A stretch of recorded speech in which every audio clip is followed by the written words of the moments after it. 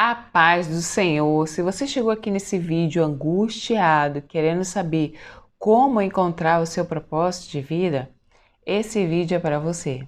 É comum em certos momentos da nossa vida a gente olhar ao nosso redor e procurar algum significado para tudo que está acontecendo à nossa volta.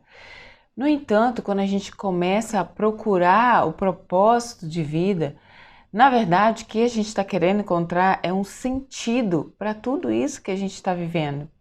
E é aí que começa a jornada de procurar o propósito de vida. Mas, no entanto, o que a gente precisa encontrar é o sentido da vida. E é aqui que muita gente se perde, porque em meio a tantas perguntas, tais como: qual é o meu propósito de vida? Qual é o sentido da minha existência? Será que eu estou vivendo o meu chamado? Por que parece que falta algo na minha vida? Então, em meio a tantas perguntas e poucas respostas, muitas pessoas acabam se perdendo na procura ou na busca pelo seu propósito. Isso porque também a gente cresce ouvindo dizer que o nosso propósito está naquilo que a gente ama fazer, naquilo que a gente gosta de fazer ou naquilo que a gente é muito bom em fazer.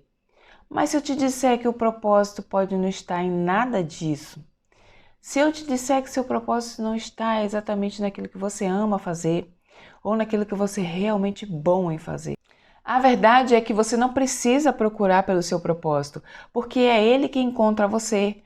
Mas como isso acontece? É sobre isso que eu quero conversar com você nesse vídeo, porque se você ficar comigo aqui até o final, você vai sair daqui com uma resposta clara sobre qual é o seu propósito e qual é o sentido da sua existência.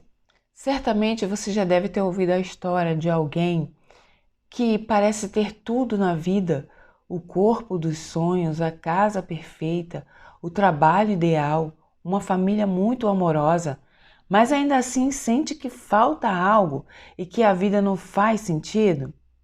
Isso me faz lembrar da história de uma holandesa chamada Corrie ten Boom, em que ela protegeu em sua casa, junto com sua família, judeus exilados da Segunda Guerra Mundial, protegendo-os do regime nazista. Em 1944, toda a família foi presa e Corrie viu seu pai e sua irmã perderem a vida. Ela, que já estava em um campo de concentração, foi liberta por um erro administrativo. E, saindo da prisão, ela voltou para a Holanda e estabeleceu centros de reabilitações.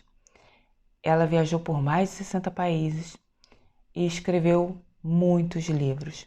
E uma das frases mais impactantes que Corrie compartilhava em suas pregações, ao expressar ou relatar o que ela havia passado em um campo de concentração, ela dizia o seguinte: nenhum poço é tão profundo que ele não possa alcançar.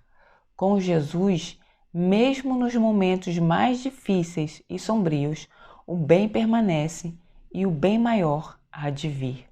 Agora, como explicar a alguém que passou por tanto sofrimento ainda encontrar forças para viver um propósito tão transformador, enquanto outras pessoas que parecem aparentemente ser bem-sucedidas, realizadas e com muitas conquistas, ainda assim experimentam um vazio existencial como se estivesse sempre faltando alguma coisa?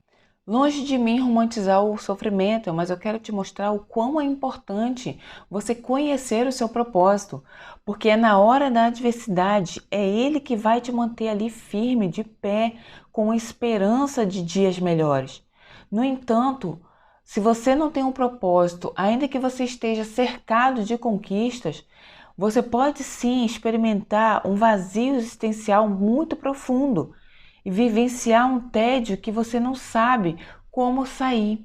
Se você abrir sua Bíblia no Salmo 150, no versículo 6, você nunca mais terá dúvida acerca do seu propósito, porque está escrito: todo ser que respira, louve ao Senhor.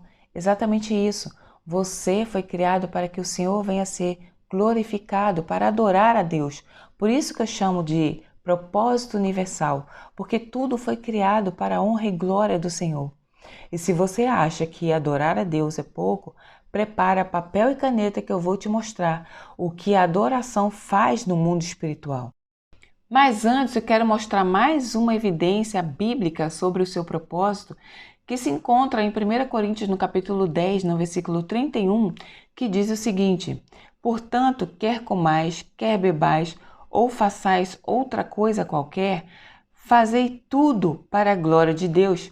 Esse versículo ele nos mostra não só o nosso propósito, mas também o nosso chamado, que é como que a gente vai realizar o nosso propósito. Mas calma que isso é tema para um próximo vídeo. Mas o que você realmente precisa saber é o seguinte: conhecer o propósito universal, ou seja, o porquê geral da sua vida em Deus, e cumprir esse propósito através do seu chamado, que é exatamente o como você irá realizar esse propósito. Já pegou papel e caneta? Então anota aí o que a adoração faz no mundo espiritual. Lembrando que quando você cumpre o seu propósito universal, que é adorar a Deus, o seu espírito se conecta com o espírito do Criador e é aqui que mora o segredo. Você vai passar a viver a vida de Deus e experimentar o sobrenatural. É isso aí. Vou te mostrar na Bíblia o que acontece quando você tem consciência e vive o seu propósito. Um exemplo é Daniel, que ele entra na cova dos leões por se recusar a adorar outro Deus, e ele passa a noite, não só isso, ele sai ileso. Sadraque, Mesaque e Abednego, pelo mesmo propósito de não adorar outros deuses, entra na fornalha ardente, passeia pelo fogo e sai sem cheiro de fumaça. Paulo e Silas, adorando ao Senhor, abala os alicerces da prisão, correntes se caem, as portas se abrem, e tudo isso pelo poder da adoração. Gideão, com 300, desbarata o exército dos midianitas, que eram infinitamente numerosos. E Jó, que adorou ao Senhor e foi restituído 2 vezes mais do que ele havia perdido. Cumprir o propósito não é somente simples, mas como também é poderoso. Mas agora eu preciso te falar uma verdade. O fato de ser simples não significa que é fácil, porque temos 2 inimigos, que é a nossa carne, a nossa natureza pecaminosa, que nos separa da vontade de Deus, que não quer que nós venhamos adorá-lo assim como ele merece.